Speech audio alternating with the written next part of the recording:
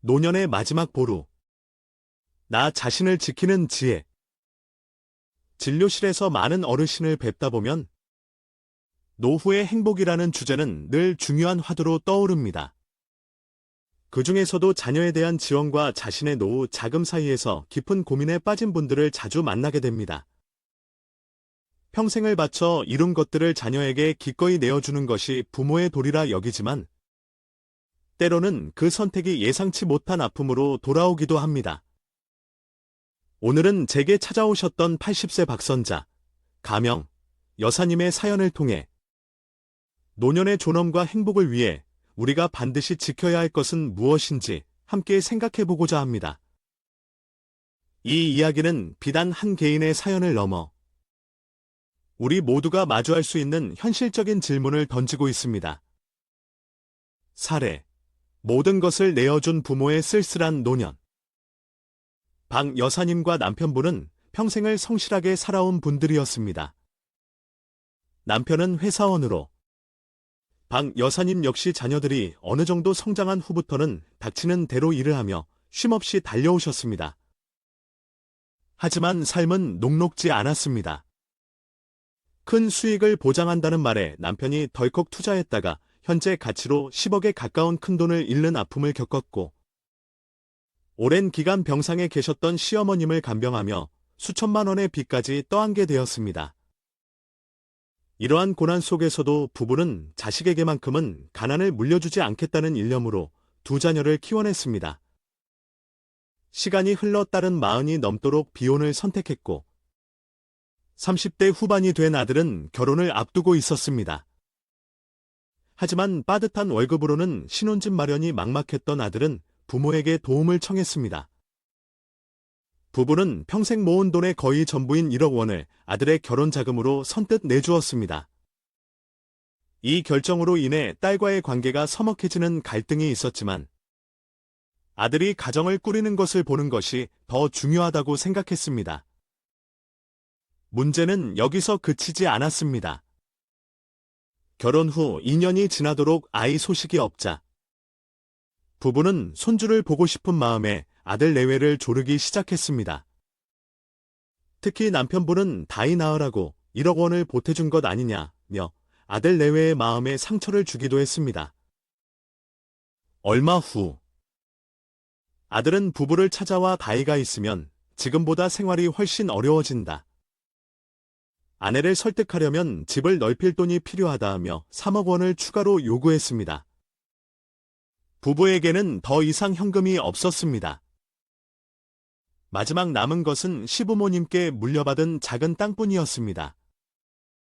그것은 부부의 마지막 노후 보루였습니다. 저는 그 순간 남편을 말리고 싶었지만 손주를 향한 남편의 열망은 완고했습니다. 결국 부부는 마지막 남은 땅까지 팔아 아들에게 3억 원을 건넸고 그토록 원하던 손주를 품에 안을 수 있었습니다. 행복도 잠시. 5년의 세월이 흐르자 부부의 건강은 급격히 나빠졌습니다. 특히 남편분은 넘어지는 사고로 뼈가 부러져 거동이 힘들어졌고 박 여사님 혼자서는 간병이 어려운 상황에 이르렀습니다. 수중에는 돈 한 푼 남아있지 않았기에 부부는 아들에게 도움을 청할 수밖에 없었습니다. 아들은 당장 목돈은 없다며 난색을 표하다가 아내가 아이를 돌보며 집에 있으니 아버지를 집에서 모시는 게 어떻겠냐고 제안했습니다. 그렇게 남편은 아들 집으로 들어가게 되었습니다. 하지만 아들 내외의 태도는 이내 차갑게 변했습니다.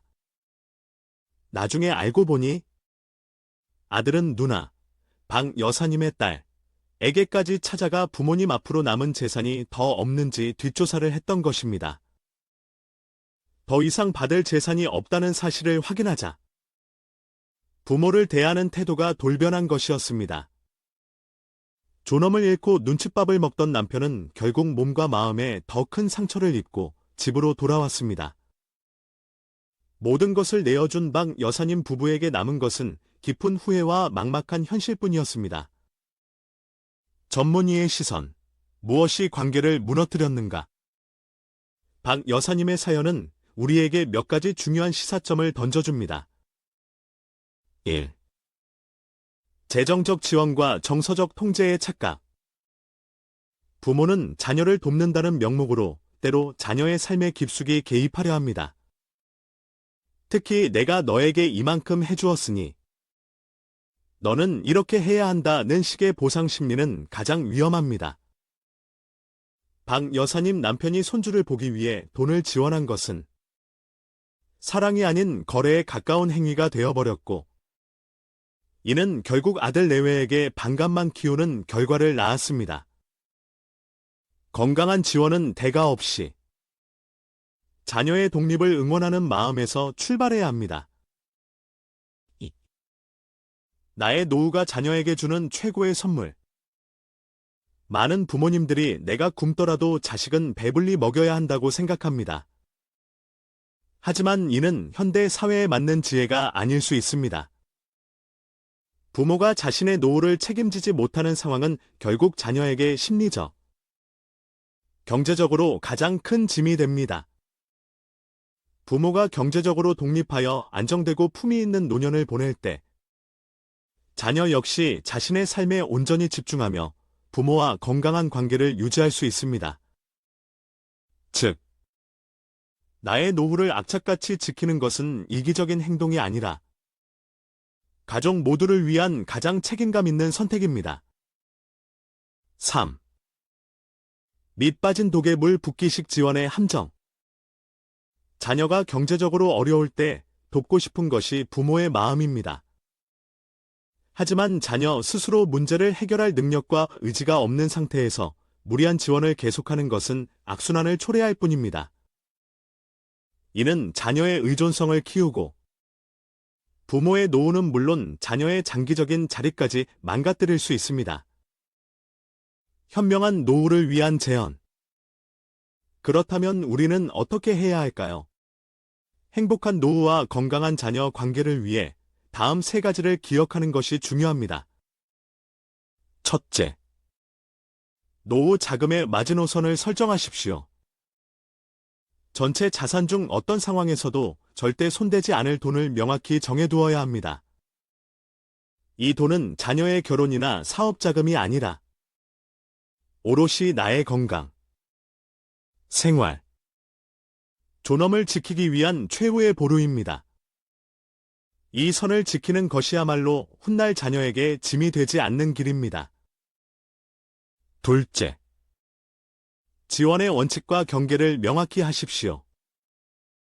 자녀를 돕고자 한다면 언제, 얼마까지, 어떤 방식으로 도울 것인지 명확한 원칙을 세워야 합니다. 일회성 증여인지, 상환을 전제로 한 대여인지 분명히 하고, 그 결정이 나의 노후 계획에 어떤 영향을 미칠지 냉정하게 평가해야 합니다. 무엇보다 해줄 수 있는 만큼이 아니라 해주고도 내 삶이 흔들리지 않을 만큼만 도와야 합니다. 셋째, 돈이 아닌 지혜와 사랑을 물려주십시오. 진정한 유산은 돈이나 부동산이 아닙니다.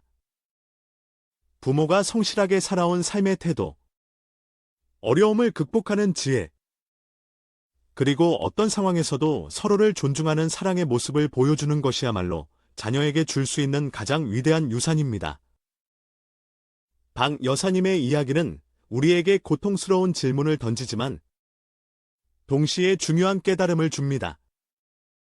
자식에 대한 사랑이 나의 노후를 위협하는 족쇄가 되어서는 안 됩니다.